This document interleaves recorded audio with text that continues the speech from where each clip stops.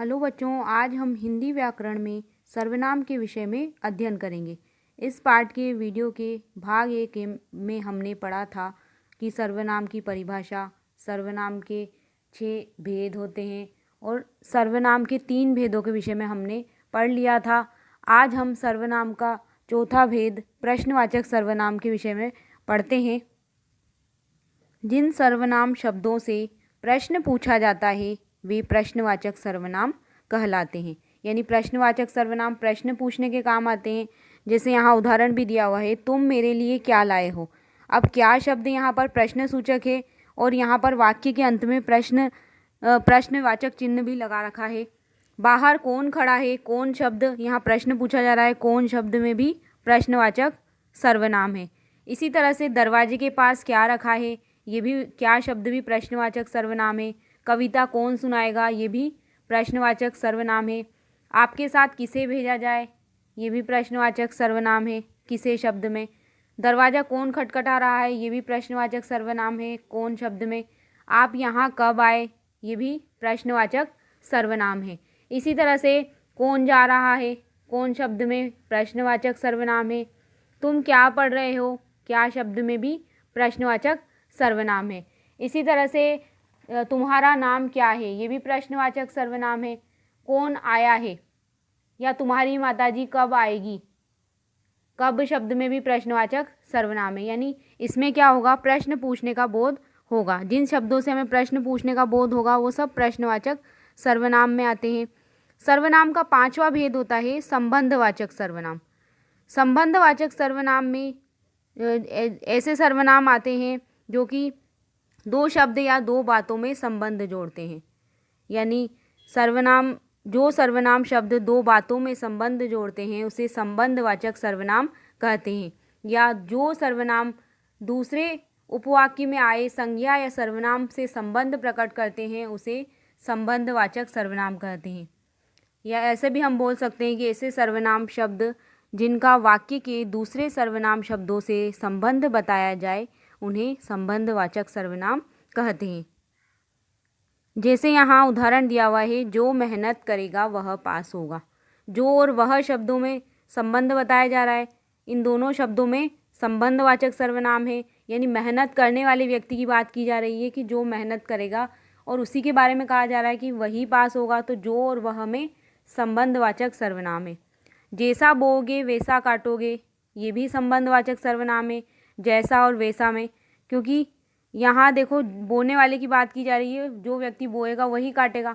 तो जैसा और वैसा में संबंध बताया जा रहा है, 2 वाक्यों को जोड़ने का कार्य कर रहे हैं। इन दोनों में आपस में संबंध बताया जा रहा है।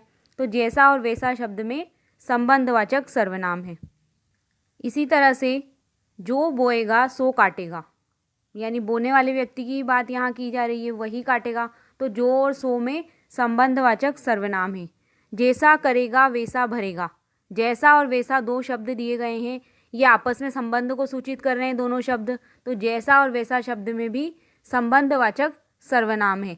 इसी तरह से जिसने बुलाया था वह अभी नहीं आया, यानी बुलाने वाले व्यक्ति की बात की जा रही है। तो जिसने और वह में संबंध बताया जा रहा है, ये भी संबंधवाचक सर्वनाम है।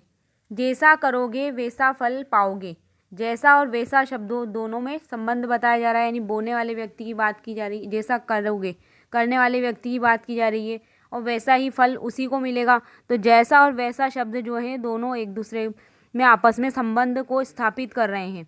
तो ये संबंधवाचक सर्वनाम का उदाहरण है। जो तेज दौड़ेगा सो जीतेगा, ये भी संबंधवाचक का उदाहरण है। यानी दौड़ने वाले व्यक्ति की बात की जा रही है कि जो तेज दौड़ेगा वही जीतेगा। तो जो और सो में संबंध बताया जा रहा है। तो जो और सो शब्द में संबंधवाचक सर्वनाम है। जिसे फॉर्म चाहिए वह भीतर आकर ले ले, जिसे और वह शब्द में संबंध बताया जा रहा है। यानी फॉर्म ऐसे व्यक्ति को दिया जा रहा है जिसे चाहिए। तो जिसे और वह दोनों शब्दों में आपस में संबंध को सूचित कर रहे हैं दोनों शब्द। तो जिसे और वह शब्द में संबंधवाचक सर्वनाम है। इसी तरह से जिसने भी यह शीशा तोड़ा है उसे सजा मिलेगी। तो जिसने और उसे में संबंध बताया जा रहा है।